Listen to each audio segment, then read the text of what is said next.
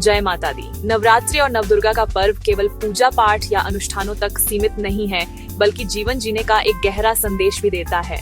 आपने देखा होगा कि नवदुर्गा के 9 स्वरूप अलग अलग कारणों से पूजित हैं।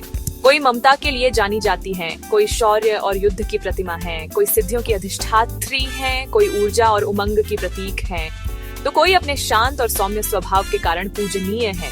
इसका संदेश यह है कि हर व्यक्ति में कई गुण होते हैं, लेकिन जब कोई व्यक्ति किसी एक गुण को विशेष रूप से साध लेता है, तभी उसकी अलग पहचान बनती है। जैसे जब सिद्धियों की बात होती है तो सिद्धिदात्री माता का नाम आता है, और जब युद्ध और साहस की बात होती है तो कात्यायनी माता का स्मरण किया जाता है। यही शिक्षा हमें मिलती है कि हम दूसरों से अपनी तुलना न करें, बल्कि अपने भीतर के गुणों को पहचानें और उन्हें इतना निखारें कि जब उस गुण की चर्चा हो तो आपका ही नाम लिया जाए। इसी तरह की शिक्षा हमें नवदुर्गा उत्सव से भी मिलती है। महिषासुर की कथा भी यही सिखाती है। जब उसे वरदान मिला कि कोई पुरुष उसे नहीं मार सकता, तब माता दुर्गा को ही आगे आना पड़ा। इसका अर्थ यह है कि हर कार्य का अपना महत्व है और हर व्यक्ति की अपनी भूमिका है। जहाँ सुई काम आती है वहाँ तलवार व्यर्थ है, और जहाँ तलवार की आवश्यकता है वहाँ सुई कुछ नहीं कर सकती। यानी कोई काम छोटा या बड़ा नहीं होता, और न ही कोई व्यक्ति किसी से कम या अधिक होता। फर्क सिर्फ इतना है कि कोई एक कला में निपुण है तो कोई दूसरी कला में। अब एक और रोचक बात देखिए, नवदुर्गा के हर रूप की अलग अलग पसंद है। किसी को सफेद वस्त्र प्रिय हैं, किसी को गुलाबी, किसी को नीले। यह संदेश देता है कि हर व्यक्ति की अपनी अलग पसंद होती है, लेकिन हम अक्सर दूसरों की पसंद नापसंद की आलोचना करने लगते हैं कि अरे ये रंग अच्छा नहीं, ये क्यों पसंद है, जबकि जरूरी नहीं कि जो हमें अच्छा लगे वही दूसरों को भी अच्छा लगे।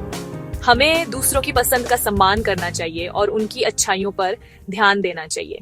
इसी प्रकार देवी देवताओं के भी अलग अलग वाहन और आयुध हैं। कोई शेर पर सवार है, कोई सिंहासन पर विराजमान, कोई कमल पर आसीन है। इसका संदेश यही है कि कोई भी व्यक्ति सर्वगुण संपन्न नहीं हो सकता, और न ही सबकी पसंद नापसंद एक जैसी हो सकती है। हमें दूसरों को उनकी कमियों के साथ स्वीकार करना चाहिए और उनकी अच्छाइयों को देखना चाहिए। में जब नव दुर्गा की पूजा करते हैं तो हम उनके गुणों की चर्चा करते हैं। हमने कभी ये नहीं कहा कि इस माता में ये कमी है। इसका सीधा सीधा संदेश है कि हमें भी हर व्यक्ति के अच्छे गुणों को देखना चाहिए और उनकी अच्छाइयों को ही सामने लाना चाहिए। हर त्योहार का एक प्रतीकात्मक महत्व होता है।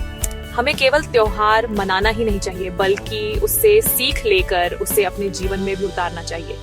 वरना त्योहार तो आते जाते रहेंगे, लेकिन यदि हमने उनसे कुछ सीखा ही नहीं तो उनका असली उद्देश्य अधूरा रह जाएगा।